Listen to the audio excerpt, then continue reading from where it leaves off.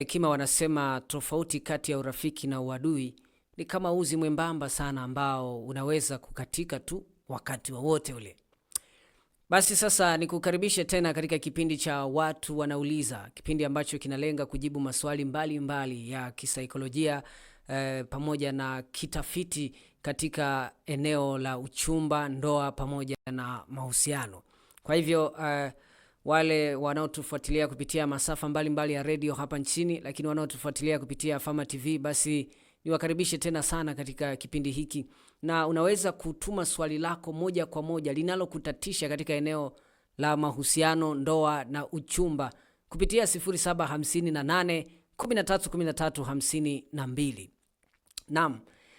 Nitarudia tena 0758 13 Tuma swali lako muda wowote, litajibiwa wakati wowote ule, jalishi ni leo, kesho au kesho kutwa. Pengine wakati mwingine utapata nafasi ya kulisikia swali lako. Maswali ni mengi yanamiminika hapa, lakini tutajitahidi kwa kali tuwezavyo kuweza kujibu maswali ya watu hapa. Na niseme tu kwamba endelea kutuma message yako, endelea kutuma ujumbe wako kupitia nambari hiyo ya 0758 Yes.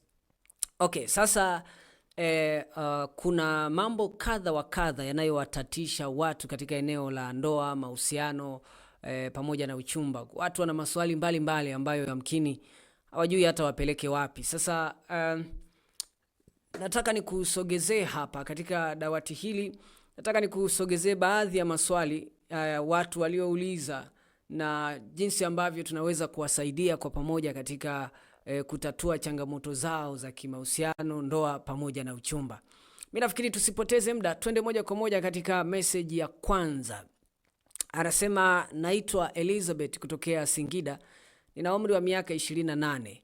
Mimi swali langu ni kwamba nina mchumba wangu ambaye tunataka kuoana, lakini maisha yake siyaelewi kabisa. Kuna wakati ananidanganya kuwa ana maisha mazuri na anafanya kazi sehemu fulani, lakini nimefuatilia nikagundua hana kazi anayoifanya na anaishi kwa kaka yake bado. Sasa najiuliza, mimi nimwambie ukweli kwamba nimejua uhalisia wa maisha yake, au nimwache tu? Maana naogopa kama kuna siku ataniacha siku nikijua ukweli, kwa sababu anajua maisha yake anayoniambia si ya kweli. Naombeni ushauri wenu. Okay. Dada Elizabeth, okay, tokea Singida, miaka 28. Elizabeth, pole sana kwa changamoto yako iliyokutokea. Anasema nafikiri wengi tunafahamu hali hii, yani yupo kwenye mahusiano na mtu ambaye hamwambii uhalisia wa maisha yake. Yani anaweza kumwambia labda anafanya kazi sehemu fulani, labda ana chumba chake ameshapanga, ana maisha haya na haya, lakini binti sasa amefuatilia, ameona si kweli. Yani bado anaishi kwa kaka yake, manake hana maisha yoyote wala hana chumba wala, yani maana yake tuseme ni mtu ambaye hana maisha hayo anayojielezea. Sasa Elizabeth amefuatilia akabaini ukweli. Swali linakuja, yeye anauliza amwambie ukweli kama amejua au amfiche, kwa sababu anaogopa kama akimwambia ukweli basi labda atamuacha, kwa sababu atagundua kwamba huyu maisha yani amegundua ukweli kwamba nilikuwa namdanganya. Kwa hiyo anaogopa kuachwa pia. Sasa anaomba ushauri.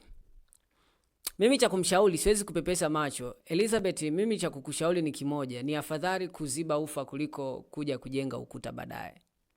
Mimi nafikiri kabla hatua za mbele hazijaenda sana, fanya jambo moja. Hebu muite siku moja au muandikie message au mpigie simu, mwambie tafuta lugha ya hekima ya kumwambia kwamba anafahamu unajitahidi kutafuta maisha, anafahamu unapambana kwa ajili ya familia, lakini nimejua kwamba ulichokuwa unaniambia sio cha kweli, lakini mimi bado nakupenda na niko tayari tukaanzia sifuri kwenda mbele kama kweli unampenda. Akireact na kuonesha kutaka kukuacha, basi inabidi tu ukubali, manake sio mtu sahihi kwako, kwa sababu kama hataki kukuambia uhalisia atakuoaje? Kwa sababu ngoja niwaambie wanawake, wanaume wako hivi, mwanaume hawezi kumficha mke, yani mwanamke anayempenda na ana malengo naye hawezi kumficha maisha yake. Yani hawezi kumficha wala hawezi kusema kwamba labda akakudanganya kwamba labda nafanya kazi sehemu fulani au ninaishi maisha fulani wakati hayo maisha sio ya ukweli. Hawezi kusema hivyo kama anakupenda kweli. Yani labda itokee kwamba hakupendi ndio anaweza akakudanganya. Yani anajua tu huyu namtumia tu namuacha, kwa maana yake anaweza kaja akakudanganya labda mimi ni daktari, mimi ni engineer, umeona, akakudanganya hivyo ili tu akutumie, labda kuna mahali anataka kutumia lakini ana mtu wake. Ila yule ambaye anataka kumoa hamwambiagi, huwa hamdanganyi kwamba mimi ni daktari, atamwambia ukweli kabisa, bwana mimi nachoma mahindi, mimi nafanya kitu fulani hivyo. Kwa hiyo wewe Elizabeth, muambie ukweli kwamba bwana mimi nimejua. Sasa kama itatokea atareact, basi sasa inabidi ukubali matokeo kwamba mtaachana. Yani hakuna namna, itatakiwa tu kubaliane na hayo matokeo, basi maisha mengine yaendelee. Kwa mimi kwa mtazamo wangu huo, ndugu Elizabeth, nafikiri ushauri wangu mimi ni huo. Hata maandiko yanasisitiza hakuna usiseme uongo, usimshuhudie jirani yako uongo. Kwa hiyo haina haja ya kukumbatia kitu ambacho unaona kabisa hiki sio sahihi. Kwa hiyo mwambie, mkifikiana mwafaka basi, akikubali sawa, asipokubali sawa. Lakini pia unaweza unayetufuatilia unaweza pia kumshauri, kumwandikia ujumbe wako either kupitia comments. Unaweza kuandika ujumbe wako nasi tukausoma pia. Lakini pia unaweza kuandika comments, naye atapitia kwenye video mbalimbali za mitandao ya kijamii pia huko, naye atasoma baadhi ya comments, zitamsaidia. Kuna wengi sana wamepitia experience hiyo.